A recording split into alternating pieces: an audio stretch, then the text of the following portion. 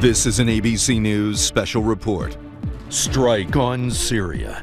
Now reporting, George Stephanopoulos. Good evening. We are coming on the air right now because President Trump has just ordered a military strike on Syria. It comes just 2 days after that horrific chemical attack by the Assad regime that killed almost 100 people, including women and children. President Trump called it an affront to all humanity. Now he has retaliated. I'm here with our chief global affairs anchor, Martha Raddatz. And Martha, all through this campaign, just 3 days ago, the president saying this is not our fight. And as soon as he saw those pictures, as soon as he saw those images from that chemical attack, he wanted action. I think this is the single fastest punishing strike I have ever seen.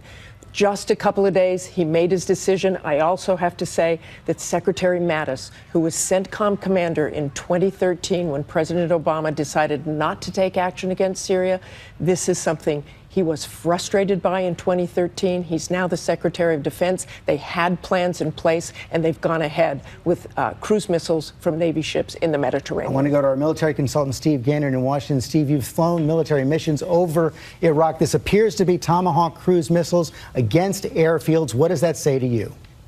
George, it says that the president wanted to not risk any U.S. lives and to punish Assad as quickly as possible. So we think the cruise missiles were launched by 2 U.S. Navy ships, Arleigh Burke-class destroyers, the USS Ross and the USS Porter, in the eastern Mediterranean. They would have flown likely over Lebanon, low altitude, and come in backdoor and hit targets within Syria in Assad-held terrain. I want to go to our chief White House correspondent, John Carl. John, the president down in Mar-a-Lago. You're there as well for that summit with President Xi of China, surrounded by his entire brain trust.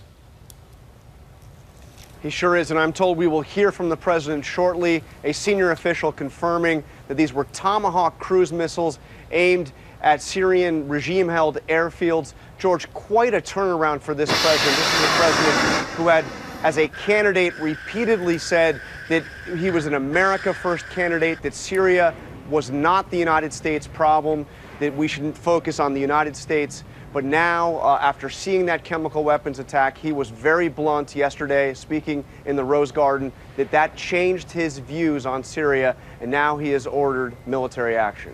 I want to go to our chief foreign correspondent, Terry Moran, as well. And Terry, last year you embedded with those Russian troops who are also in Syria, fighting with the United States against ISIS, one of the factors that complicates the U.S. mission here. And we know that the Russians were warning the United States against military action in the Security Council today. That's right, George. This action by President Trump puts his administration squarely at odds with Vladimir Putin's Russia in Syria. Those Russian troops I embedded with, they changed the war. They saved Bashar al-Assad's regime in Syria, and they are fighting not just ISIS, but fighting to protect a longtime Russian strategic interest. They've got a base on the Mediterranean Sea there. They project power throughout the Middle East from their influence in Syria, but they aren't really committed to Bashar al-Assad, the president of Syria. They want to do a deal, but this will make it harder. Okay, Tara Moran and our entire team, thank you very much. We're waiting to hear from President Trump right now. No word yet from the Russians or the Syrians, but President Trump has ordered and completed a military strike against Syria. We'll have much more. You can get all the latest anytime on abcnews.com. And stay tuned for an update of World News Tonight with David Muir. I'm George Stephanopoulos in New York.